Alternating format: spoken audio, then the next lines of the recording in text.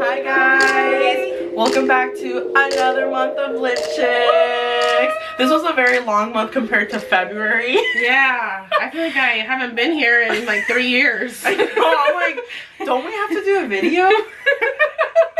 Did we read a book? Like, we had a lot of extra time to read this book because February went by super fast. It was like this. Yes, but so more time to read, not just our book, but other books as well. Yes. So this month we read the Kiss Quotient, which has been getting a lot of buzz last year, and for good reason. Because it is probably, I should say, our most sexy read yet. And you would never guess by this cute, adorable cover. You have no idea the steam. Do you see that steam coming out of here? You would have no idea from this cover that it's very sexy. I was pleasantly surprised. Like, probably more sexy than last month's pick. I was not expecting that. No. Oh. But it was good. It was good. No, it was good. It was good. And we'll get into that. Yes, yes. So in the Kiss Quotient, we have Stella, and she is an econometrician.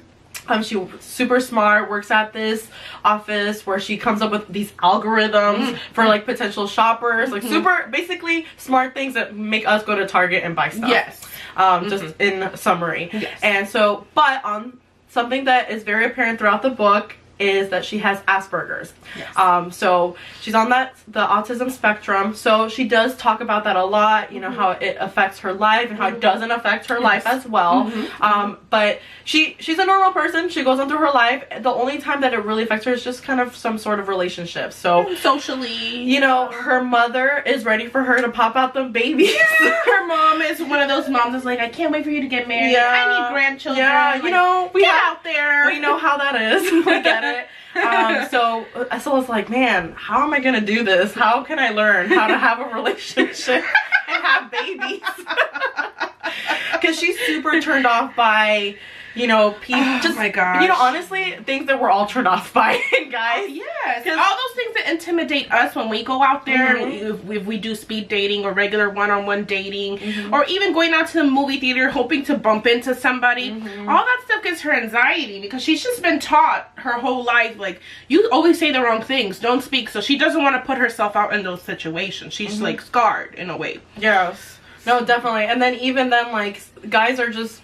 we know how guys are as well. Yes. Guys can be creeps. Yep. To be able to go to the next level. She has this potential guy already that she works with, Philip, I believe. Yes. That Phillip. She's like, okay, maybe he's like, she's very analytical about it. She's like, okay, I think maybe he's the one. Yeah. She's like, I think he has good potential. We could fit together. I don't want to go into this not knowing anything though. Yeah. She's like, how do I? Because she has, like I said, she's had lovers before, but they've all been bad experiences because they don't know how to. Like, again, like most guys, they don't know how to handle a woman, and just in general. In general. Yeah, just in general. And she also has this thing that she's dealing with as well. So that makes it also a more difficult. So this is where the fun starts. So she decides to hire an escort to help her on her journey on how to figure out, you know, how to learn all these relationship social skills. And it's pretty cool because she never holds that against him. No, you know, like, there's not. no judgment on her part. None whatsoever. She very much seeks to him for his professional opinion and expertise in this. She sees him as utmost respect. Like, she sees him as a professional. With utmost respect. Like, please, can you teach me? There's this guy, the escort that she gets, Michael, and he has like these like dreamy K-pop, like perfect looks. Yeah. So he's super good looking. Yeah. He's very experienced in the escort service for reasons that become apparent later on in the book. So no spoilers on that. But so they start this sort of partnership, and he's like, okay, he doesn't know though about her Asperger's. Yeah, she doesn't tell him. She just tells him, hey, I need to learn. She's like, I'm inequipped in this area. I need your expertise. I need you to teach me to be better at this so I can head out into the real world less awkward, less afraid. Yeah. So he's like, okay, great. And then, okay, side note, she's also very rich because she's an econometrician, but also she has like she's just rich. She comes from a rich family. Yes. And Michael's poor. Like, he doesn't have really any money. So already I got a lot of Pretty Woman vibes from this, but like switch. Yeah. Kind of, we can talk about that. But so then that's basically how this whole thing starts. So they get together. He teaches her things, but he also gets to really know her. Yeah. You know, he figures out that, okay, she has really bad social skills, so let me take it easy. But that doesn't hinder him from, she's so honest. Yeah. That he's like, wow, this girl's so honest. She's so fresh. Like, I'm starting to like her, you know? So this is the way the relationship starts to basically build. And then Stella, because, you know, throughout the book she also says she's either indifferent or she obsesses about things, you know? Which is a lot of us too. Yeah. You know, like, sometimes it's just hard to be, you know, it doesn't stay in the middle, basically. Right. And she starts to also get attached to him because he's actually very caring. He takes the time to actually teach her these things and actually show her, because then eventually he realizes, she's like, you don't need help in the bedroom. I mean, maybe a little bit, but not that much. He's like, I know how to handle you in the bedroom. And any guy that actually takes the time to get to know you will be able to handle you in the bedroom. What I think you need help with is just being in a relationship. Like the little simple things, like going to get ice cream or together, you know, going to dinner, meeting the family, little things like that is where he's like, I can help you with that. So then the escort type of relationship turns into a fake boyfriend and girlfriend relationship, which is, you know, very tropey, but it's actually a really cute trope, I think. I don't know, I feel like it was done different. It was done very good, yeah. So that ends up happening, and then Michael, like, again, since he is lacking of money, he's like, okay, let me take this opportunity, but also I do like this girl. Yeah, he starts falling for her. He likes the way she is. He loves the way she responds to the world, the way she looks at things. The more that interactions, she's on her end falling for him, and then him on his end, he's falling for her. He's still very guarded because he is in that profession for a reason.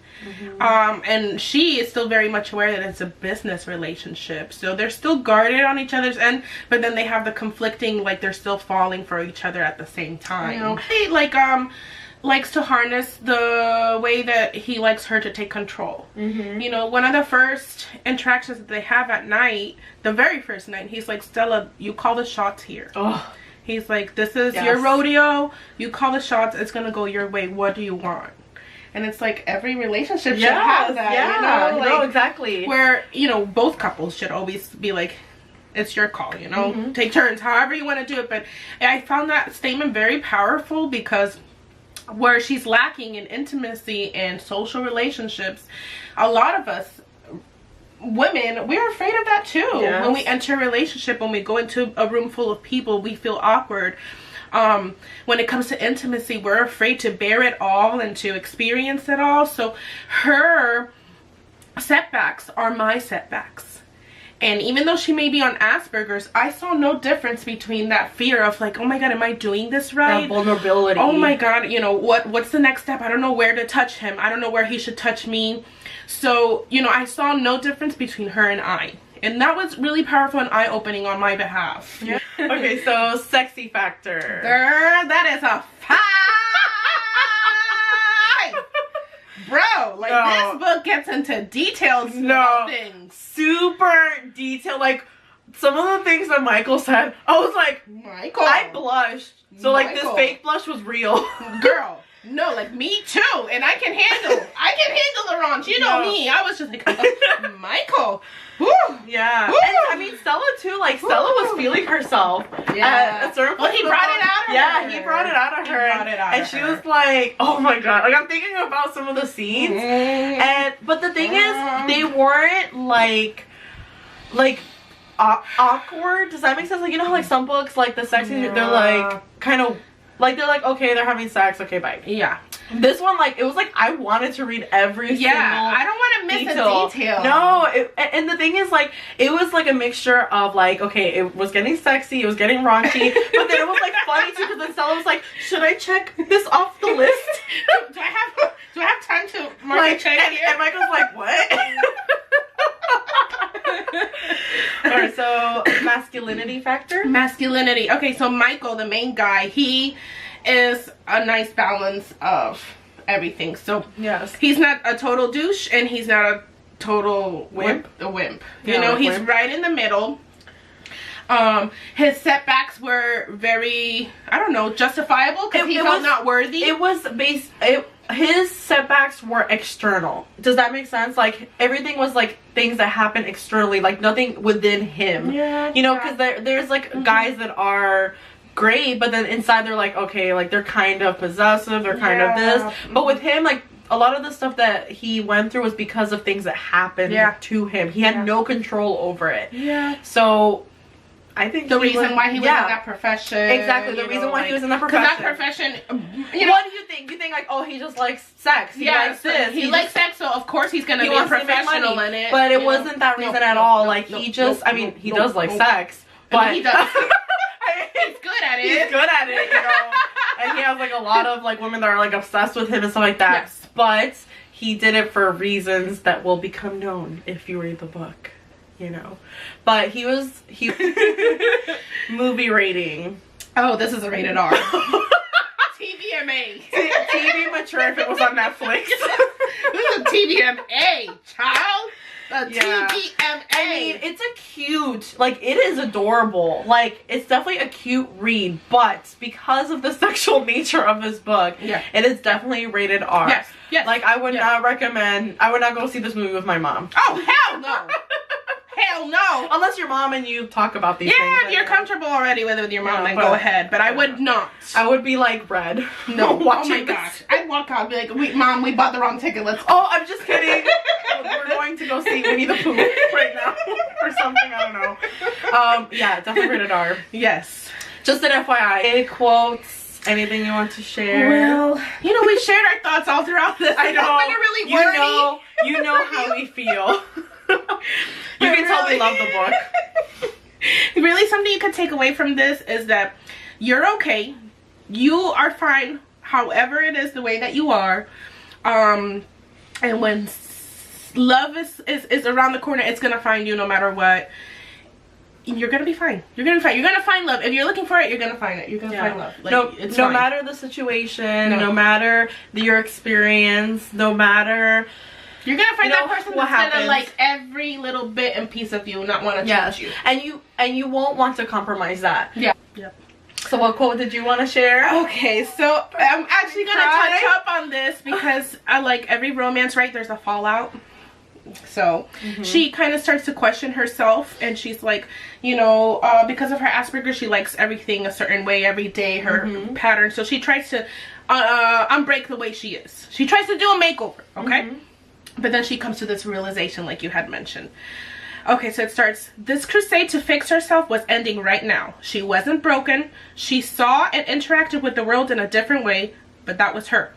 She could change her actions, change her words, change her appearance, but she couldn't change the root of herself. At her core, she would always be autistic. People called it a disorder, but it didn't feel like one. To her, it was simply who she was. And that's it. You don't need a makeover. You're fine the way you are. You are okay. Oh, my quote is not as earth-shattering as that. Stop! But it's so cute. Again, because it just harkens back to my favorite scene in the book, the ice cream scene. Oh, the ice cream Oh my god. It made me want mint chocolate chip ice cream. Also, that's her favorite flavor. We should just go get some after this. Let's go. Video over. But it's very cute, and it just shows how much they really care about each other, or how much she cares about him. So it goes, Michael was mint chocolate chip for her. She could try other flavors, but he will always be her favorite. It's so sweet. God. She actually backs her decision by science too. Yes. Like, I have factored in. She's like, I have factored in. I have tried all flavors. They're all delicious, but mathematically speaking, mint chocolate chip is the best one. Yeah. So I'm like, oh, I can't even argue with that. Okay. I loved this book completely. Author did such a great job. Of just this is her debut novel, right? This is a debut novel. Yeah. Her next book is coming out this year, and I'm definitely gonna grab it. So if you haven't read it yet, hopefully we didn't spoil too much for you, but definitely read it. It was really good. It was very quick. I wanted to just know what was going to happen and what was the conclusion. Yeah. So super fast. But pick up the book. It might be on wait list at your local library, so you might have to wait a while. We'll return this one. Well, Central Florida, I promise. Sorry, you know, it's going back. It's going back in circulation. It's going back, I promise. Yeah, so until next month, guys. Bye.